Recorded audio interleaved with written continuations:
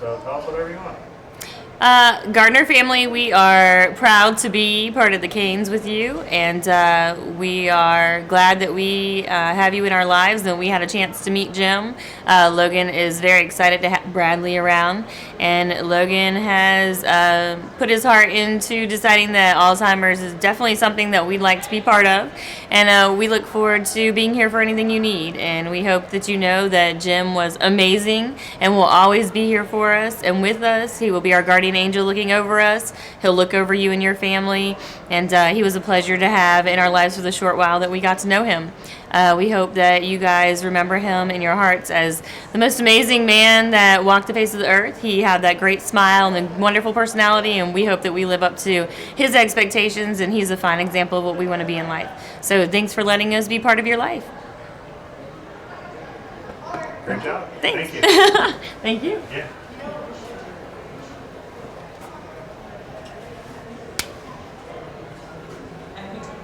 Sure.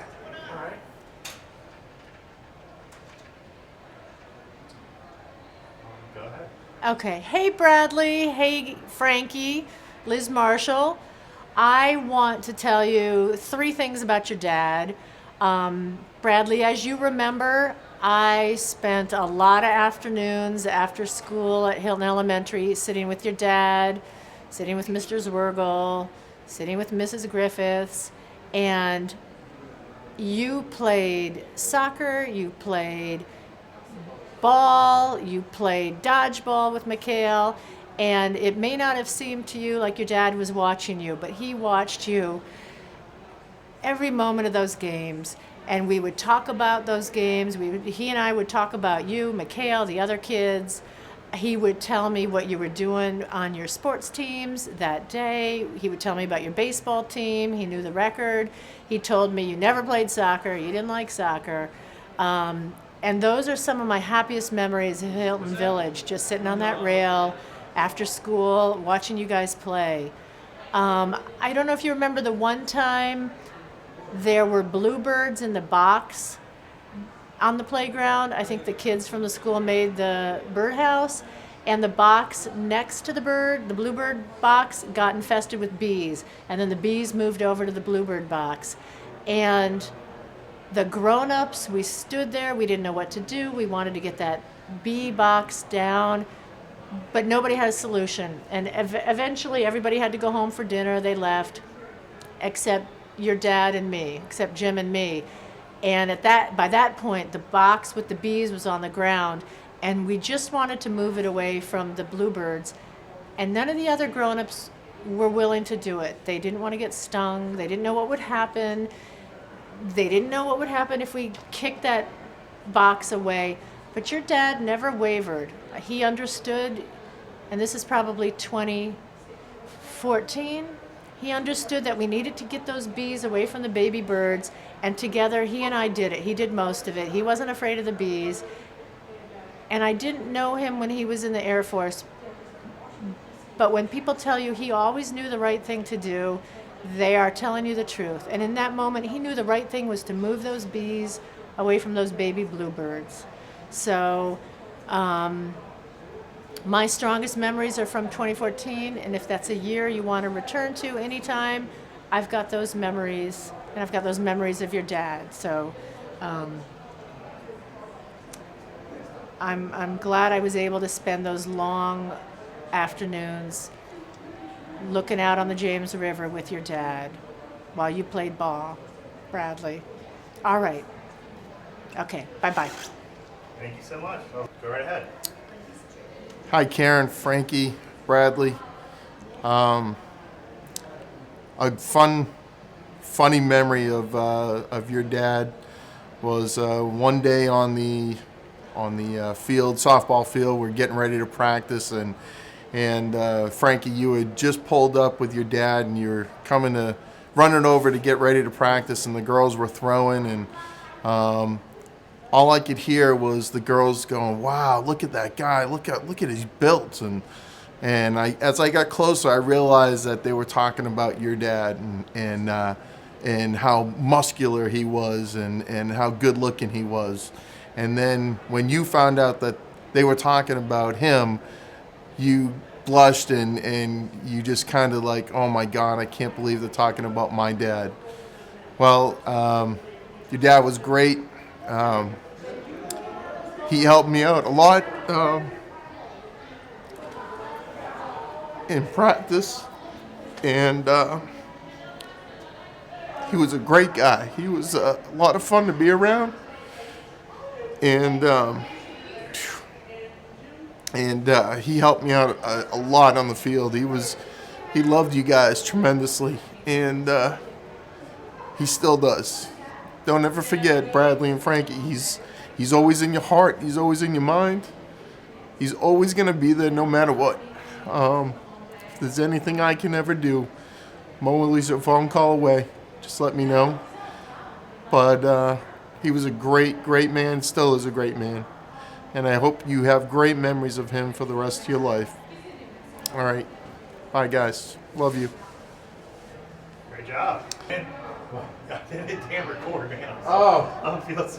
At least I noticed before you walked off. Sorry. That's all right. Go ahead. Okay. As the executive director of the Alzheimer's Association, I know too well the many stories of Alzheimer's, and I meet so many people who are affected by it. Jim was a unique individual.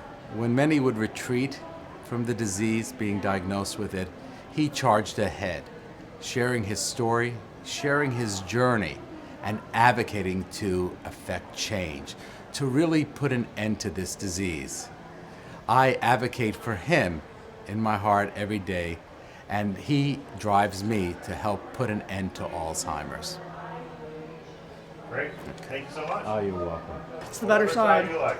Or easy that way? Are we? All right. Are you saying go, or am I counting I'm to rolling. three? Go You're ahead. rolling? Okay. So, to anybody listening, specifically Frankie, Bradley, Karen, family, friends, I'm probably going to repeat what a lot of other people are going to say about Jim. I worked with Jim at ACC, and he was a fantastic mentor. Taught me a lot of stuff about ground radar. Stuff that I kind of already knew, but he kind of helped. But what always struck me about Jim was, besides the fact he was always popping these in his mouth, or ice cream, or pretty much anything that wasn't nailed down, was that he was perpetually happy. Governmentally, if there was a setback, I never saw him frown. It never got him down. It was another challenge to overcome, another obstacle to prevail against.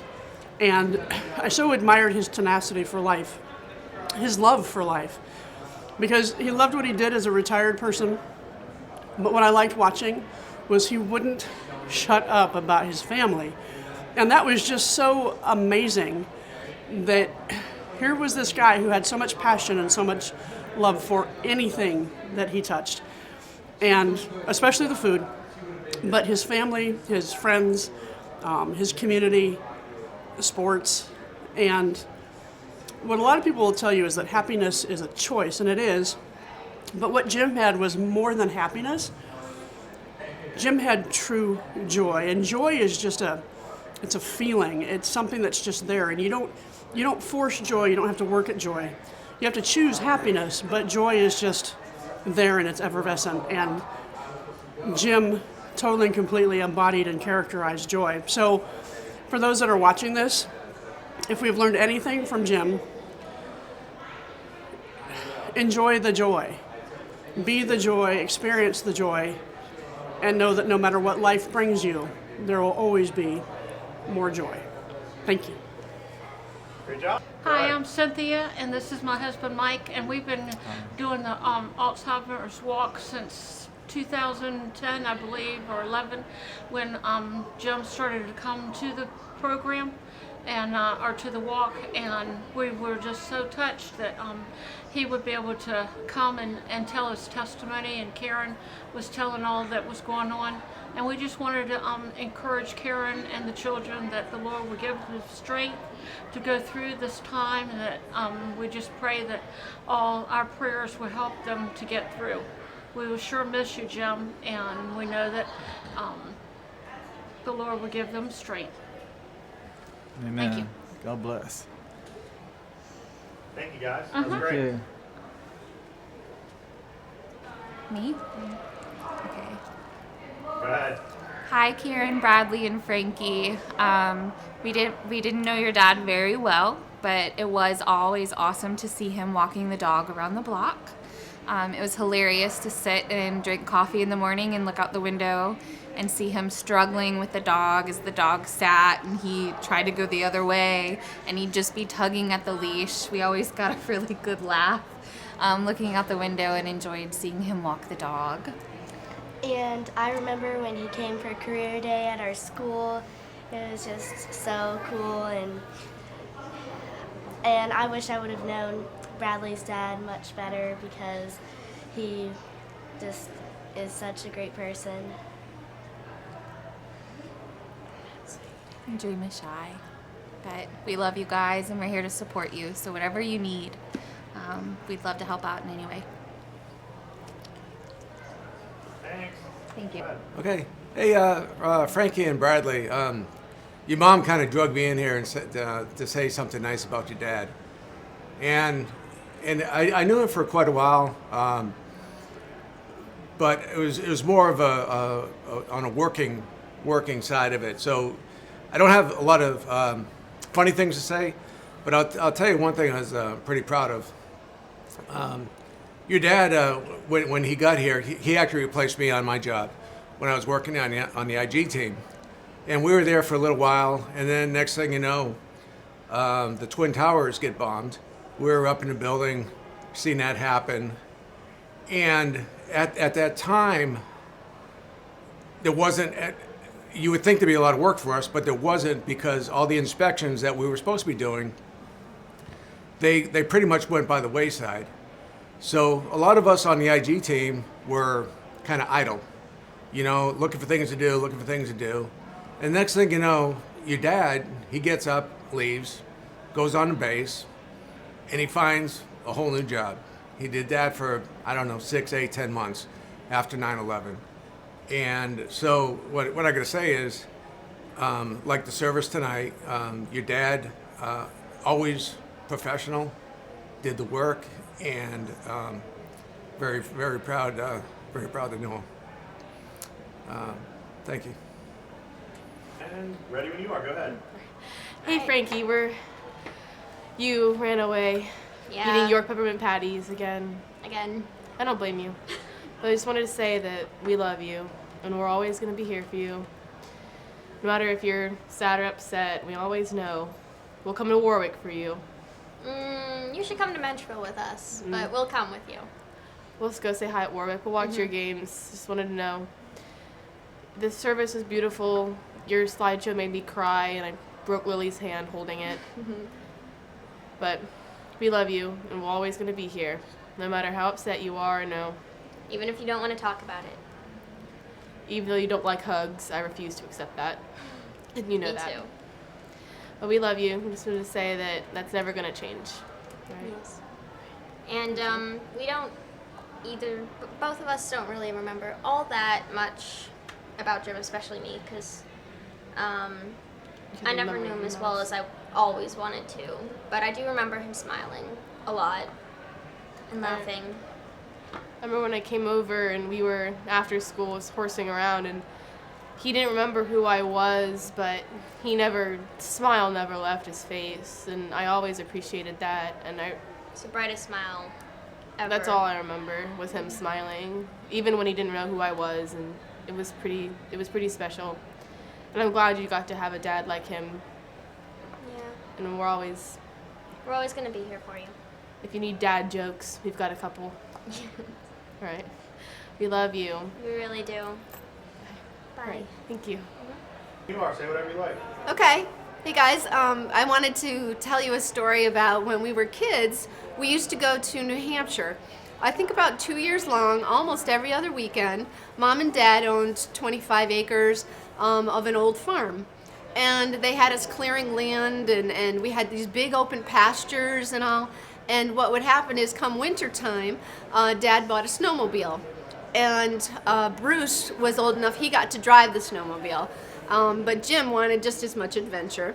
So Bruce would get on the snowmobile to drive, and Jimmy would get on his long rope with a big red sled, a plastic sled behind the rope, and they would go flying through the fields, the open fields on this farm, and Bruce would sling Jimmy as fast as he could all around in the snow in the back. And us girls, maybe sometimes we'd get a ride sitting behind Bruce to watch him, and Jimmy would be laughing hysterically the whole time. And I'll never forget how fun that was to go up every weekend and enjoy the farm in the winter, and it was a blast. I wish you could have seen it. Okay, go ahead. Hi, I'm Debbie, and this is Elena from Respite Care in Williamsburg United Methodist Church. And I know I've come up to y'all a couple times. I just love your family and love Jim and everything y'all stand for. And I think, Brad, you did a super job tonight, and Frankie a super job, and Karen wonderful, and my heart goes out to y'all. And we will see this fight for Alzheimer's continue in Jim's name. We will not stop. And I've shared my story about the wind with you, and Jim drawing the wind, the radar wind, and I've shared that a couple times. And I think every time I see the news, I'll think of that. Yes.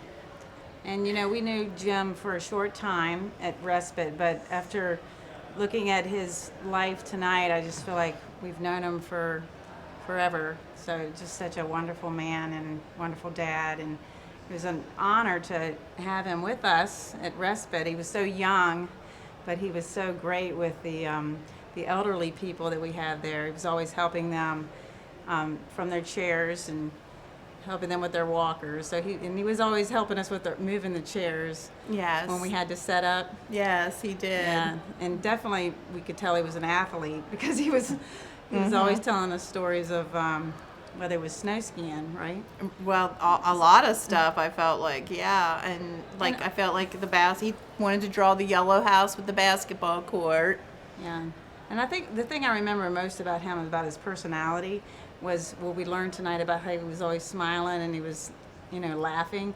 He wanted to tell us a story. He always tell us, he wanted to say something and he would laugh at himself, Mm-hmm. That was really cute. But he was just such a sweet man to have around. Yes. A good part of our group. Yes, and I know he was so proud of Frankie being a page. I feel like that was a couple years ago. And then Brad, Brad, when talked his about Brad, sports, yep. He would light up.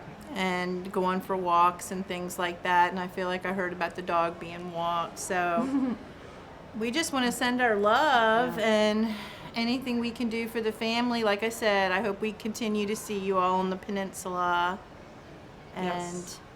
And we'll be thinking of you. And I feel like there's so much more I want to say. Like the lady said during her talk, you could keep on going. We could keep on going. So yeah, great to get to know a beautiful family. Yes, it is. Thank you. He taught us so much. Thank you. History here of many different battles between especially Karen and I, but so I want to preface this main story by telling the story that came before, kind of set us up for this one battle, which was Karen thinks she's pretty good at basketball, and I think I'm pretty good at basketball too, so one of us is right. Anyway, Karen and I did a one-on-one one night real late. We had the car lights shining, and neither of us had good shoes, and it was the end of a long party, and she gave me a really bad black eye, which wasn't the first time. I have some stitches here. I guess right here I got stitches in the face from a ball player. But yeah. So Karen was doing her favorite defense, which is this, and she got me right in the eye, and I had a big black eye, which she found out about the next day when she went running by and saw a black eye. So anyway, that leads us to... Yeah, we, I don't know how it came about, probably because of your history with Karen, but Paul and I ended up challenging Karen and Jim in a game of pool basketball in the Glendale pool. They had a basketball hoop that was on the edge of the pool, and we decided we'd play them 2-on-2. You can't dribble in the pool, but you can shoot and pass and whatever. That worked in his favor. Yes, because I can't dribble very well anyway. I'm actually very basketball challenged, but in a pool, anyone can do it. You can do a lot of things. So it was a tough game. I quickly discovered I'd rather guard Karen because one, she's an attractive woman in a bikini, and two, Jim was just, just fierce and a beast. I just, didn't want any part of him. So I kept trying to say, Paul, you take Jim, I'll take Karen. But I think it was pretty close. But then things did get kind of rough, and I'll let you take it on from there. Well, so Jim was dunking, and Karen was dunking, and Jim could shoot from the outside. Karen not so much. But yeah, so I Jeff made a great shot, and a lot of great shots. Which one are you talking about? No, go ahead.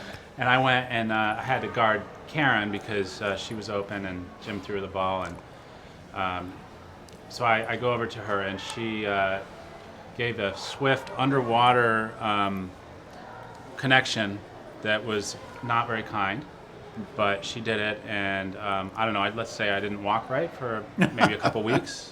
So that was the... Yeah, and I think they beat us. Yeah. Probably pretty soundly. Even though I feel like we held our own for a while. But the two of them, because Karen is good at basketball, Karen's a and, great basketball Jim is just a great athlete, and was probably stronger and better shape than either one of us combined. So yeah, it was a bit of a mismatch. And this incident actually did lead to sort of a false story that Karen thought I also claimed I got injured on my shoulder. In fact, I did partially tear my, what do you call it, your rotator cuff. But it was in a different pool incident when we were playing pool volleyball one evening. I'm not sure if they were there for that.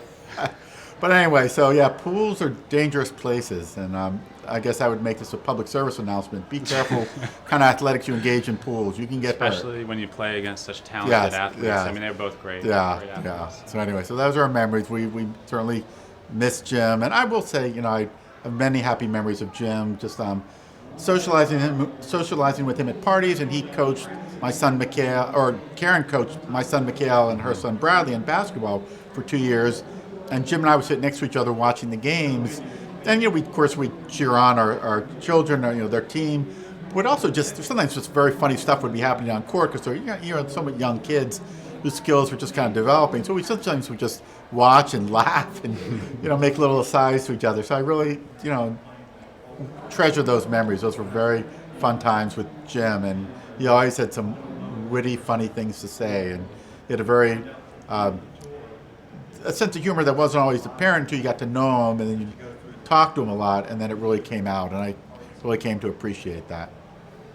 And I very much appreciated Jim. I mean, he's just, you find nobody here to say a bad thing about Jim, because he is just, even right till the end, he was just nice and a good person, and I my heart goes out to the family, but I think they've all handled it as well as they could, even though it's been extremely trying. So.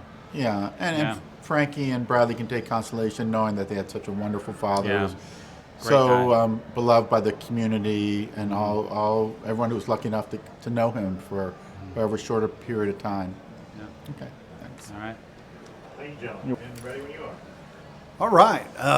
My name is Bruce Martin. I'm with John Macklin here. We were both stationed with Jim at Shaw Air Force Base back in early or mid 1980s, 1985, 87, somewhere through there. But I wanted to talk about our famous camping trip of 1985. We went to Mount Mitchell, North Carolina, and just had a blast up there. Probably the most memorable thing for me was one night, late at night, me and Jim was sitting out on the picnic table drinking some refreshments, and we heard a little rustling going on in the woods, and a few seconds later, here it come out of the woods. It was a little skunk. And so Jim whipped out his flashlight, and we kept calm, didn't want to scare it or anything, and just kept the flashlight on that one skunk to make sure he wasn't headed towards us. And so we stayed out there a little while longer, and a few minutes later, we heard another rustling in the woods, and here come another skunk, and with only one flashlight and two skunks, we kind of felt outnumbered, so we made a quick exit to the tent, and we would be in the tent, and we could see the silhouette of that skunk going alongside the tent, and we were holding our breath that he wasn't gonna Stink us up. Yeah. Well, what I remember is we rented 2 tents from Morale, Welfare, and Recreation on base, and we ended up getting up to Mount Mitchell late that night. And we were trying to put the tent together, and we ended up taking 2 tents to put together 1 tent.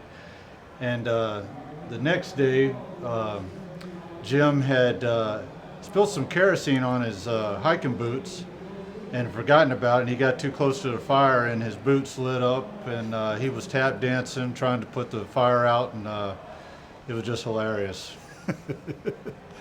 Great time. Great time. Great memories with a great guy. Thank you.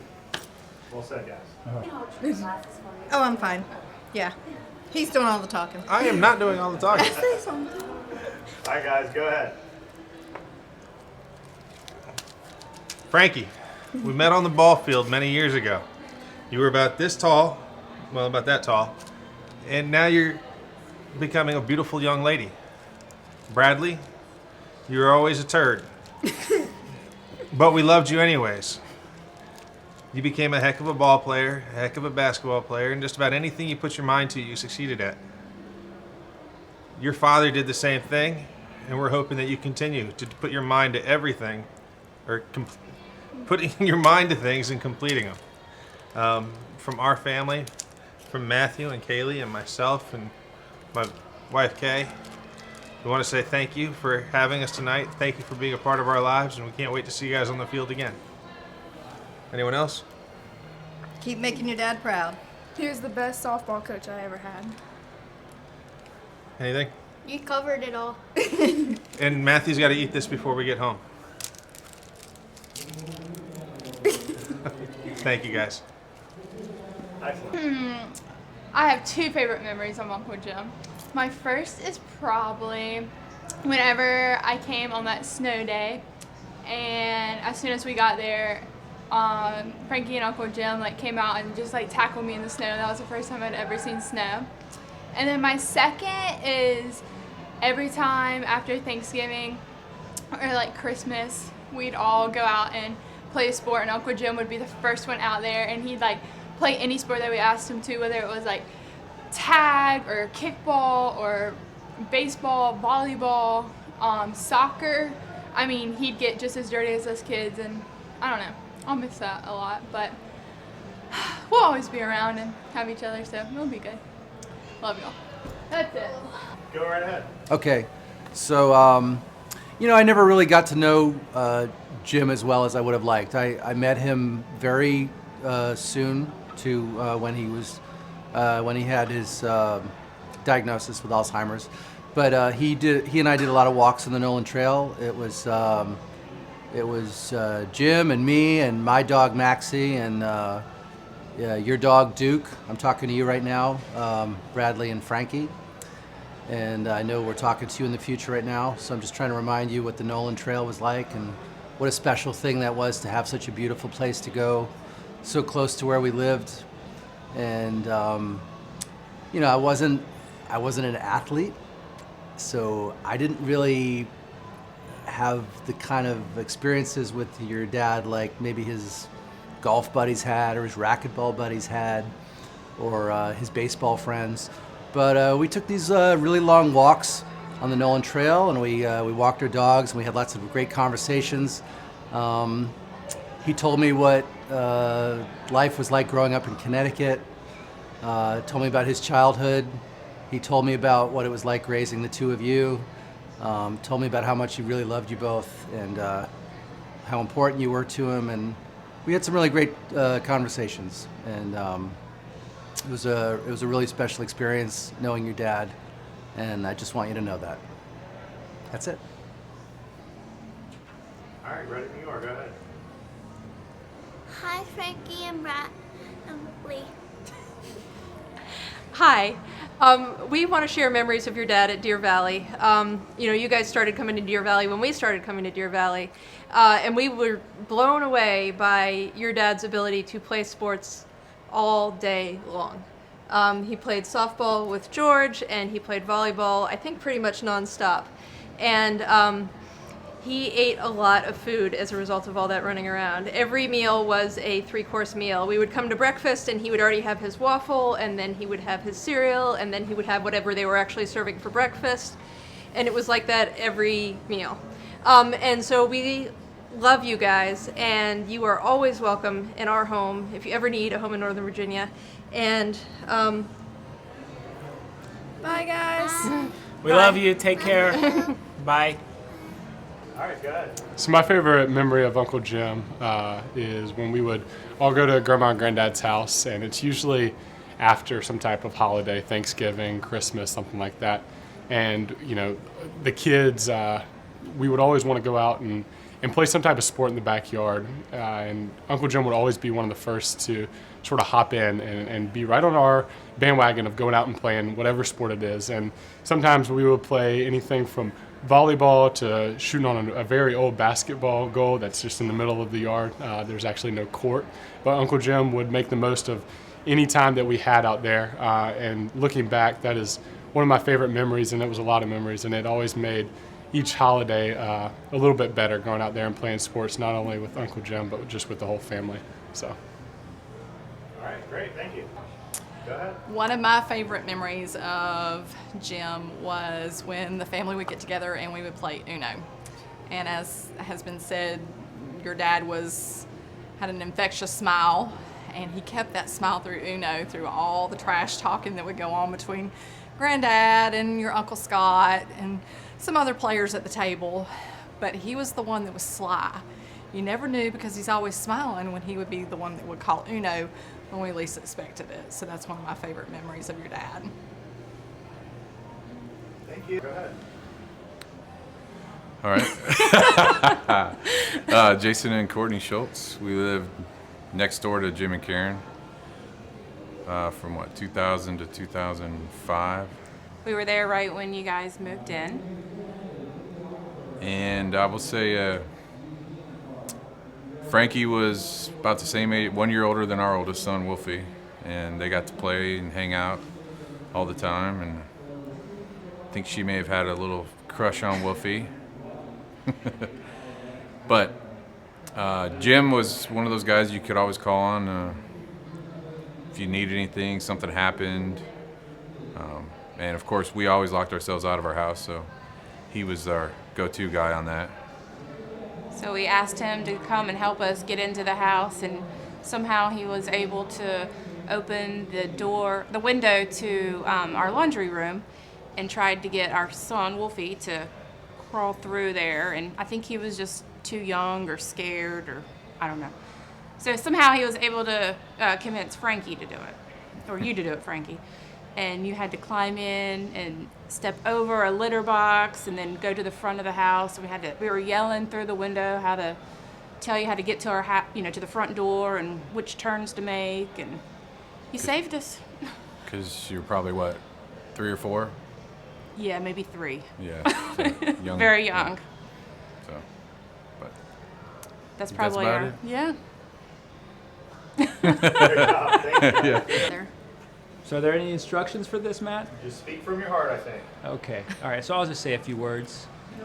So, Garner family, I met Jim in 2010 when we moved here, and I was very impressed with his kindness. Honestly, he was very kind, and I know he enjoyed talking about his experiences in the military. I do remember that about him. And over the last few years, I have seen him decline, and it's been difficult for me. But I feel very grateful to have gotten to know Karen, and I'm so incredibly impressed with her strength and with your strength, Karen. And I feel like Frankie and Bradley are part of our family. And I know Dawn and the girls feel the same way. So I'll always feel that way. And I'm not a very sentimental person, but I really do mean that. So I look forward to many good years ahead with you guys. And that's about all I want to say. Okay? Do I go? Yeah. So, Frankie and Brad, this is my big brother. You probably don't remember me. You were pretty little when my husband and my family and I lived on River Road. But you guys always brought our dog back to us whenever he escaped the backyard, so I really appreciate that. I didn't see your dad a whole lot, but when I did at parties, walking you guys to school, because my house would be right on the river, so it was right next to the school, and I always thought, that's so nice. He walks his kids to school, and he did always have a smile on his face. And I remember when I first saw him, I thought, wow, he's got really pretty blue eyes, and he's very handsome. And I always thought that you all had a wonderful family dynamic. I was specifically impressed with your yearly family visits, or your yearly family vacations that you did. Oh my gosh, I can't even remember where it was, but Karen would always tell me about it, and I think it's so special, and I'm so glad that you guys have those memories with him.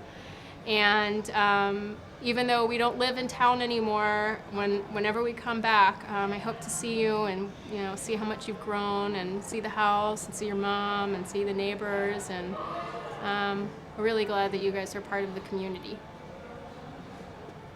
That's it. Okay. That's Good? it. Thanks. Go ahead. Okay. I didn't know Jim all that well. I'm really a close friend of Karen's, but we all did things together in the neighborhood. There were kind of a group of us that hung out, and we had some really lovely times together, just getting together as families. We had a dinner party that Jim and Karen came to, excuse me, and they told a really funny story about New Year's Eve and getting in a food fight when they were first married. It just sounded like a really fun, like they had some really fun times, and all the things I heard tonight about Jim just reminded me of, that he was a fun guy. I saw him mostly as a dad, hanging out at the playground with Bradley after school, and Cub Scouts. Our boys are the same age, so he was a great dad, and I don't know what else to say. One of the things obviously we had in common was the Air Force, and that was always something we could talk about. We like to complain about the promotion testing system and all the things that sort of bring airmen together, the good stuff and the bad stuff. But I could tell, he was already retired when I met him, but I could tell that he had embodied the great qualities that a senior NCO should have, that he's a hard worker, and had a lot of integrity, and was honest and straightforward. And I'm glad I got to know him, even if it was just a little bit. That's all I got. Some of my best memories of Jim are conversations on the ball field during the girls' James River Rage practices, their first years of softball travel teams, and he told stories like his sister shared in the service tonight of his growing up years and playing in the neighborhood with kids and friends. He was a great example of a dad on the sidelines cheering his kids on and everything they did. Yeah, my last memory is probably just a year or so ago, and just at the ball field watching one of Frankie's games with my daughter, playing on another field at the same park, and him throwing the ball with Bradley. So just every chance he could, playing with Bradley at Frankie's games, and just had some good conversations. Really just a year ago had a conversation with him, and I know it was tough for him, but he was still thinking about the game and thinking about what was going on in the game, and we were talking about that, and it's just a fond memory. Tell us when it's recording. It's recording. Go right ahead. Okay. Hi, family. Hi, Frankie. Hi, Bradley. Hi, Karen. It's John. Hi, guys. You want me to do the talking? Usually do. Okay. Well, I just wanted to share that that Jim seemed to not confide in me, but seemed to be really open and sharing with me when he was sick.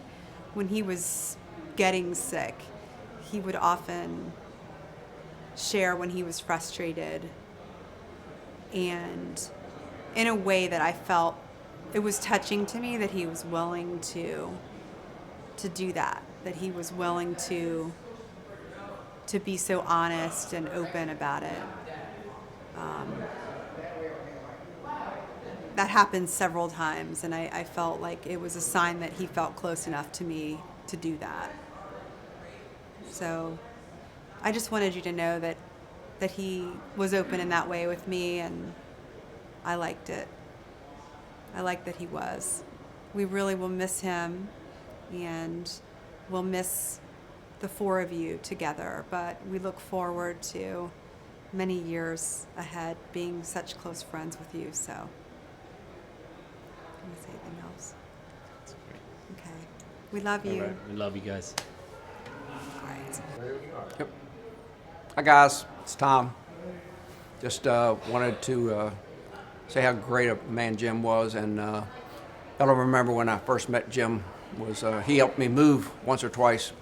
He was strong as a mountain, excuse me. And Jim and Bradley came with me and picked them up, and we went moved some furniture, and then we went to Popeyes. And we had to hurry up and eat at Popeyes because y'all weren't allowed to eat at Popeyes. Karen didn't let you. Didn't want to tell your mom after we left there, but I got to go to the Alzheimer's event. And if you remember, I walked around. I was Beetlejuice. Nobody knew who I was until Bradley looked at me and looked in my eyes, and he knew who I was right away. And it was a neat event for Jim and for the cause. And I enjoyed being around Jim when he worked for us for a couple months. And he'd show up at work an hour early. First man I ever had work for me, show up an hour early for work every day. Come in, have a cup of coffee with me. Got to talk with him sometimes in the morning, and sometimes he would just sit there in my office and talk. But I had the privilege of sitting with Jim, the last week or two, and I know he was on your mind. He wanted to be there for you, and he stayed around a long time because he wanted to make sure y'all were in good shape, y'all were ready. And just want you to know that he loved you a lot, and everybody at work, when he stopped working, wanted him to continue to working after he stopped driving. Every 19 men wanted to come pick him up, take him to work every day, and bring him to us. So just want to say love y'all all and wish you well. Okay. All right. Hey there. I am Carrie Epps. This is my wife, Tara. Hey, Frankie, Bradley, Karen. I was trying to think of what I would say, and it came to me one of the first times I met your father. He knew that I was a plumber, knew that I was in construction and plumbing and all, and he was in the process of building a clubhouse for you, and decided to talk to me about some of the things he was doing. And the more he talked, the more detail he went into, the more I realized that he's not building a clubhouse, he's building a house. He was talking about installing a working window, caulking it in, weatherproofing, shingling the roof, and my goodness, I can only imagine what a clubhouse this was going to become. And I imagine it'll still be standing 100 years from now. And for a father to put that much care and thought and detail into something as simple as a clubhouse for his kids, I can only imagine what a great father he was, just all around. He was a heck of a guy, and I feel honored to have known him, and I will miss him. And I just wanted to add that I definitely remember all the great times that we had movie group and at Glendale Pool, and he was a fantastic guy and father and husband, and I too feel very honored that I got to know him as well. Thanks. Okay, go ahead. Well, first off, we lived across the street from Karen and Jim. I actually saw that Karen the first day that they got the house, and she was outside. And I think, if I remember correctly, she came over and introduced herself, and then she said that her husband was in the military. And that's kind of how we first came to know Jim and Karen. I think that the easiest thing that comes to mind when thinking about Jim was really, I always remember the time he would take to spend walking with his children. He was extremely proud of his children, and he would take a lot of time just to, I guess, kind of help. I saw him a lot with Frankie, and just kind of like helping her just explore kind of like the whole world, just walking around, like looking at the butterflies and flowers and going down to the playground. He was always seemed to be, like he wanted her just to learn all about life, and he just was so patient with her. It just was. Now that I'm a parent, I can kind of really appreciate and just see how much he put into his family. Family was number one for him. Yeah.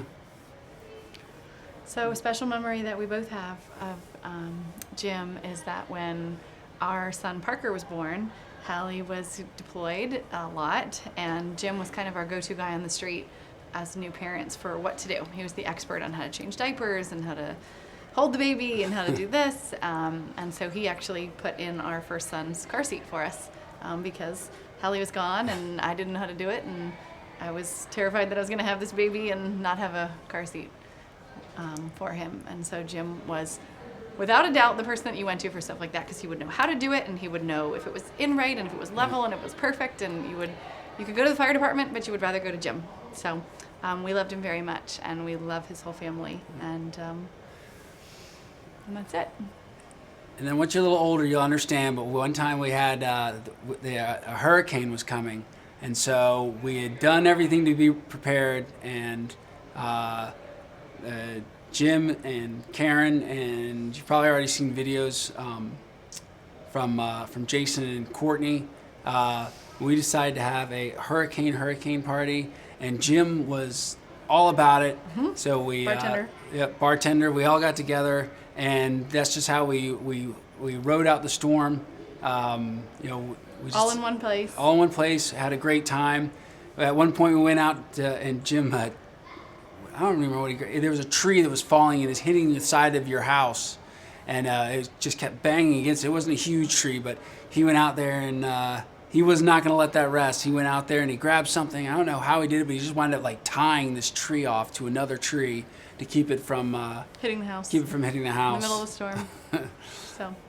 And that was it's a good time. Jim was a good man.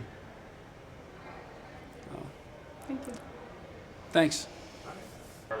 Yeah, I was trying to keep it light because I think that was the only way that I could make it through. So. Go ahead. So I was promised that this video would not be shown to the kids until they were old enough to understand it. Hence the reason why I have a beer bottle in my hand. So this is one of my favorite stories about Jim and I when we were stationed in Germany together, and we used to do all kinds of fun stuff.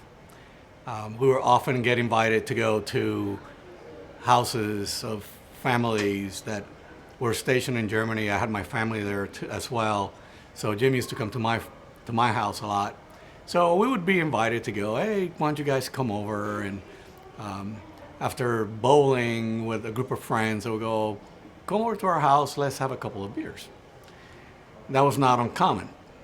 And so my wife was in the States at the time, and I was a bachelor at that point. And so Jim and I will hang out together, and we decided, let's go to this couple's house. Their name was Mike and Stacy Vukovic. And they were in the Air Force station with us in Germany, and they were from the operations side. So they invited us to have a few beers. So we were having a good time. We were drinking beer. The beer of choice back then for us was either Heineken, Red Stars, or Grolsch. So we drank plenty of those. After a while, we noticed that Jim and I would be getting different looking bottles of beer. Mine was not the same as his. And it was like, we would drink the beer, enjoy it, and they would come and Mike and Stacy would say, would you like another beer? And we would say, sure, we'll have another beer. They would bring us another beer, and again, the bottles were different from the previous time. And Jim will have a different bottle than mine. Well, we drank that. 2 became 3 rounds. The next round, we drank it again, and different bottles of beer again. And we started looking up, and we noticed that all the collection of beers they had that had been collected from the 2 years that had been in Germany were gone.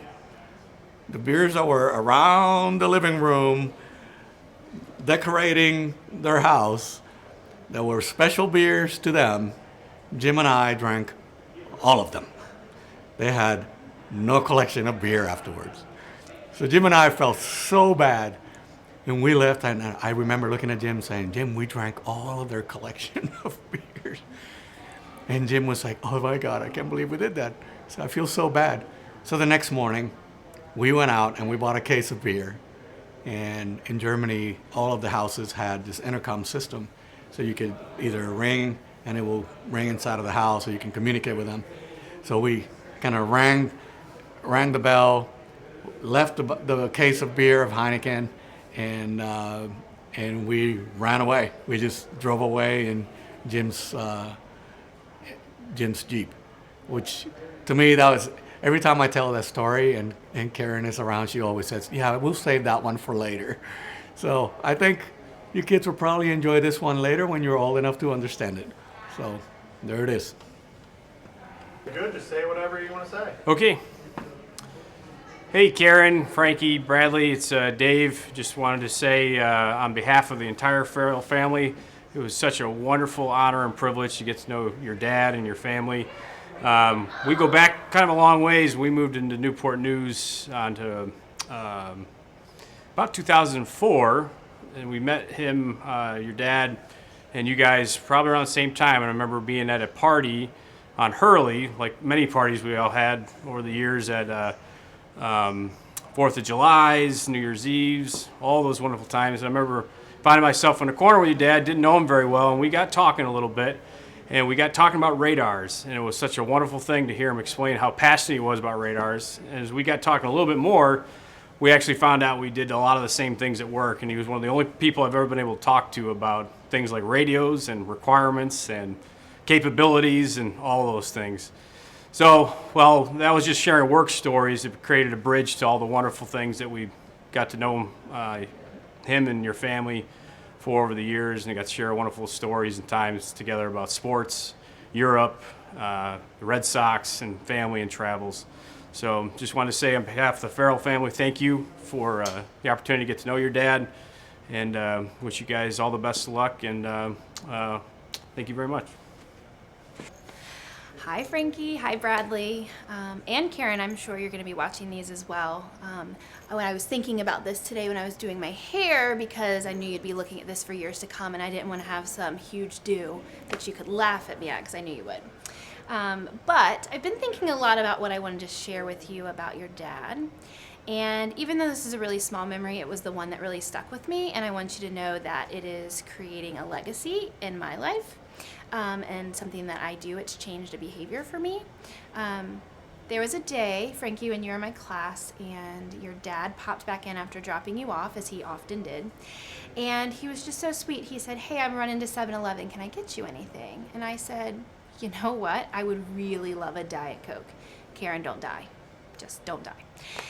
But at the time, for some reason, Diet Coke changed my whole world. And so he did. He brought it back to me, and I just thought it was the sweetest gesture. And to this day, Emerson has Mrs. Petters, and about every 2 weeks, I'll go by Dunkin' Donuts and I'll pick up her favorite coffee and I'll deliver it to her. And I always do it in honor of Jim. And so just so you know, your dad's legacy is living on. Say whatever you're feeling. Jim, I remember the first time we met. You picked me up at Hamburg Airport, had a smile on your face, and you were telling me everything I was going to enjoy about being in Germany and loving my job. And you were right. I loved it, loved Germany. But I remember being so lost, and I kept seeing these signs on the highway that said Ausfahrt. And after about 2 hours, I asked you, how big is this town named Ausfahrt? And you just looked at me, smiled, and said, that's exit. It's not a town. It means exit. But you didn't make fun of me, so I got to thank you. And I have to say, Frankie, Bradley, you guys are lucky. You guys had a great dad. He was an amazing man. I remember the phone calls I got when he said he was going to be a dad. I think that's the most emotion I've ever seen in Jim, and he loved it. He loved it. That was his proudest achievement, was being a father, and he was a great man. What can I say?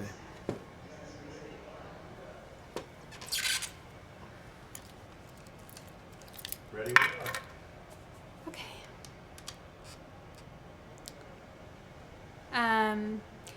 Well, I can't really talk about Jim without talking about Karen, because Karen and I are very, very close friends, and I think one of the things that was evident when we first met is that we're both really lucky women. We're both married to very handsome men. And of course that has good parts and bad parts. The good parts are that you're always really attracted to your husband. The bad parts are that everybody else is attracted to your husband too. And you know, it was funny because when I met Jim, he just had that carefree confidence that a handsome man always has.